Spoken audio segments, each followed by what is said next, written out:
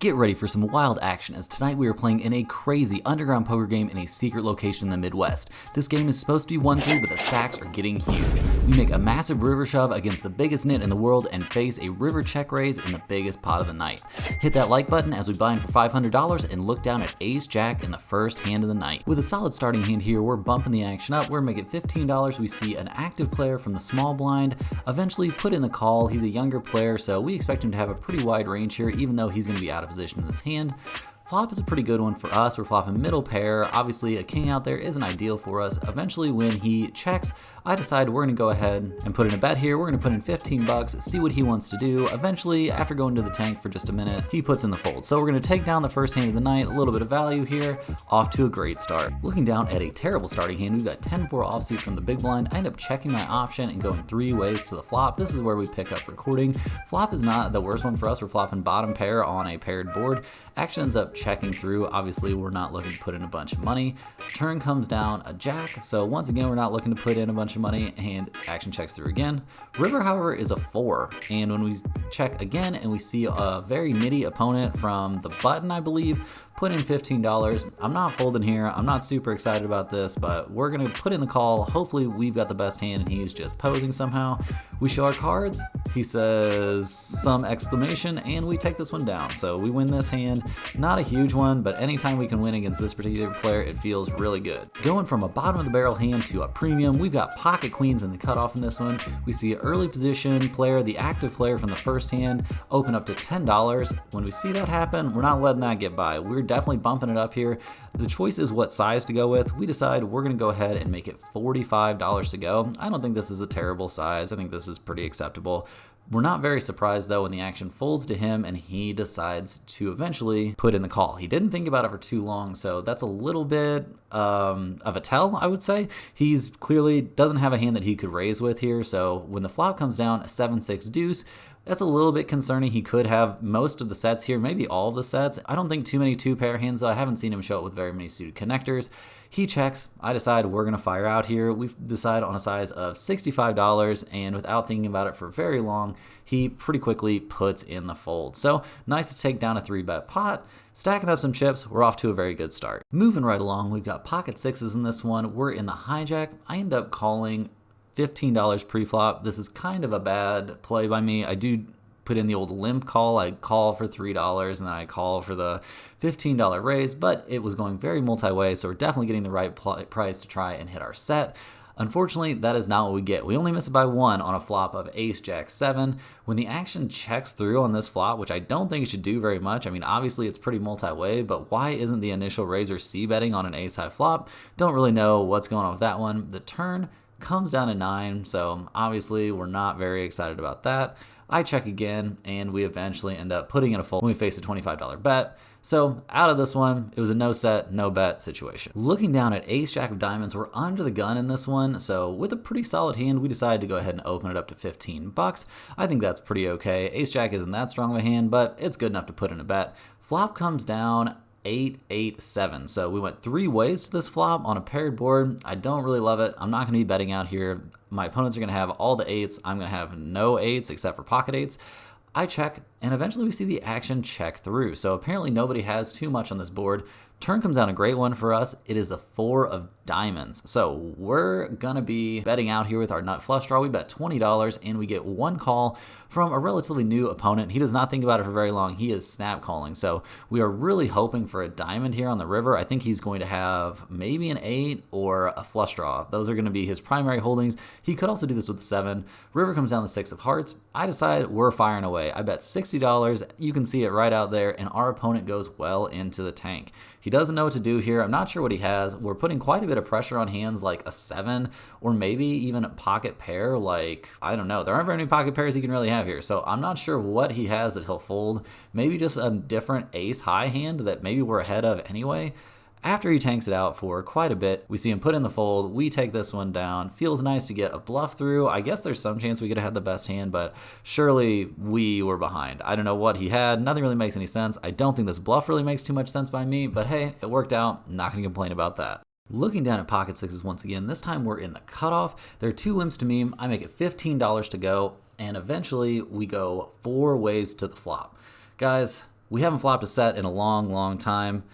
This is not one of those situations, though. We do hit a set on quite the board for us. It's ace, jack, 6, so we've got bottom set here.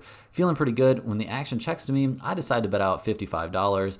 This went 4 ways to the flop, so we're trying to thin the field a little bit, but not too much. Any action we can get we'll be very happy with, and we're very excited when we see the old nit from the 10-4 hand, who are always antagonizing, we're always ready to get in hands against, make the call. So we are off to see a turn. We know he's got to have something pretty good, so we're going to be going for as much value as possible. Turn is the 4 of diamonds. We see the nit check to us, as we expect him to do pretty much all the time. We're going to bomb it here again. We really want to make him think we're bluffing. We really just hope that he has something good. Like if he could have ace jack, that would be amazing. I put out $115, and he thinks about it for a little bit. He goes into the tank. We expect him to do this, though. He's a slow player, so of course he is. He's a nit. The nits are usually slow players. Eventually we see him put in the call, so thank God we're getting some action here. We're off to see a river, which comes down the 8 of spades. I think that's a fairly safe card. I'm not really sure what he would have here. He's not going to have pocket 8s or anything like that. Hoping he just has ace jack. Like that is the absolute dream. So on this safe river, we're going to apply maximum pressure again. We are going to rip it in here like we would want to do with a bluff if we had maybe pocket kings or something like that. I shove all in for $390 total. And let me tell you, this guy goes into the tank. He is not about to make his decision anytime soon. This is a huge one for him. He's not trying to end up super stuck in this session. I don't know what he has. It must not be that great because I think he would definitely be wanting to make the call against me. I think I've made this line look pretty bluffy. He asks how much it is, so I give him a little count, put my chips out in the middle. I think that should be something he'll perceive as me trying to show strength, or at least I hope that he perceives it as that. Who knows what he is actually thinking here, though. This is probably all just him posing. He probably had a flush draw that missed, and he just has nothing now. But regardless, he's taking his time about it. We are very much just sitting here praying for a call at this point. Eventually we see him put in the fold, so we're going to go ahead and take this one down. Very disappointed that he doesn't put in the rest of the money here, but we're stacking up a bunch of his chips. That's a pretty nice hand. Would have been great to make the maximum here. I kind of expected him to make the call. I don't know what he had. We might have gotten him off of something pretty big, which would be kind of annoying and would mean that our big sizing here on the river is terrible. Let me know what you guys think about my sizings and about my play in this hand in general. I'm going against a super nit that has a lot of history against me, and we are not fans of each other. Like we always are kind of sniping at each other at the table a little bit. So I don't know. Hard to know what I should have done here. I guess in hindsight, I wish I'd went for a smaller sizing since he folded. But winning a big one, on to the next hand. Looking down at a very pretty ace-5 suited from the button, there are a couple limps to me. I'm going to bump it up to $15 here, and we see our opponent from one of the other hands. He's a pretty loose player, relatively new to the game, make the call, and we see the under-the-gun limper, a very loose calling station kind of player, also make the call.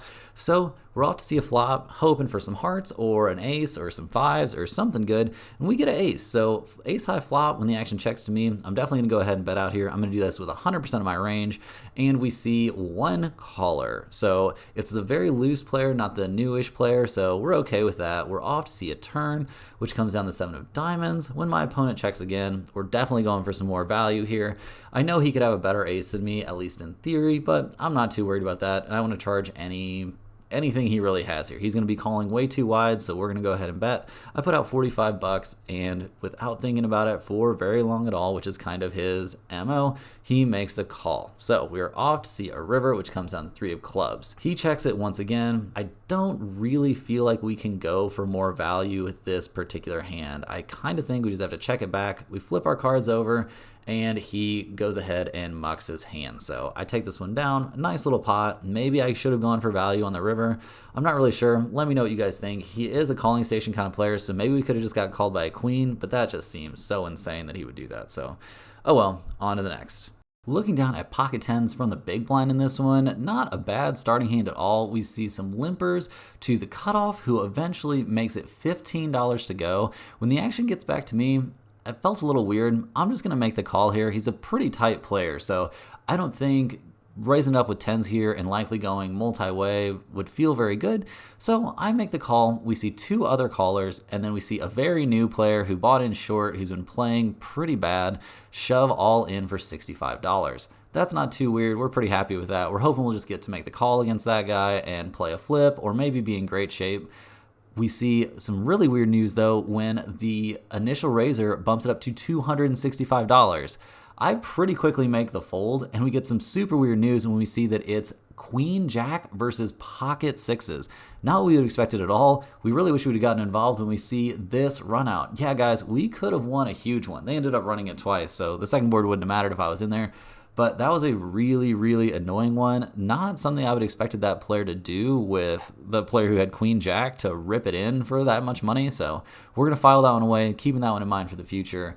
Maybe we can pick him off doing a similar, very splashy play. Buckle your seatbelts, guys, because this last hand of the night gets pretty wild. I've got ace-jack suited again. This time we're on the button. There's one limper to me. I open it up to $15, and we get two callers. The under-the-gun limper and the big blind. So we're off to see a flop, which comes down a favorable one for us. The flop is ace high with one heart, so we're in great shape, loving this flop. When the action checks to me, I'm gonna bet out here. There's no reason not to. I'm for sure putting in some money. I bet out 20 bucks, and we see one caller. It's the under the gun limper that is the huge calling station player.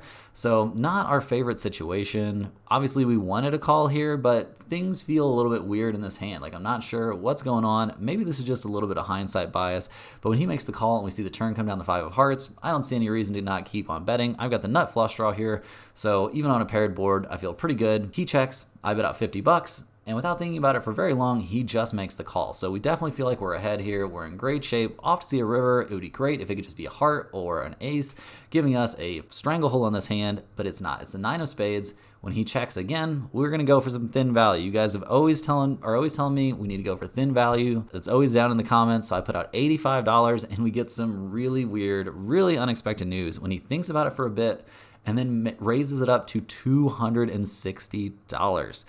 So it's $175 more to me. Both flush draws bricked out. I've already won a hand against this guy earlier in the session, so I kind of think he might be getting out of line against me, trying to put in some kind of bluff, maybe just like making some sort of stand if he thinks I'm bluffing here. Now it's our turn to go well into the tank. This is a tough decision. It's a big decision. If we make the call, we're gonna, at our right, we're gonna have a ton of money in front of us. We're gonna be way in a big profit in for a big session.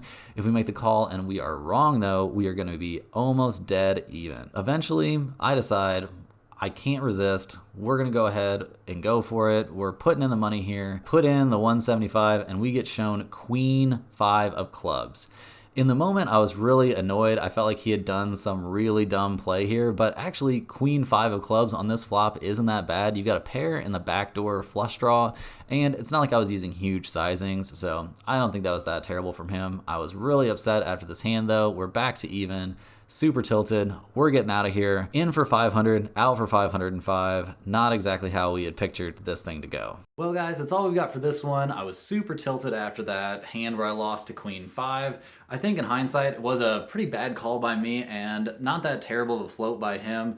Just super tilting to lose to a hand like that. I was back down to even after being up what felt like pretty big after all the losing sessions that we've had. I was back down to even, just decided we're gonna cash out, we're getting out of here. Hope you guys enjoyed the episode. Hope you enjoyed the hands. Comment down below letting me know what I can do differently to improve these vlogs, or what I should be doing differently with my play, or maybe what I should do differently with this little dog to get him to stop biting me. Subscribe to the channel if you're new. Appreciate all the new faces in here. We'll be back with another video on Tuesday. Hopefully we can get a big win. We are more than due for one. See you guys on Tuesday with another video. We're out of here.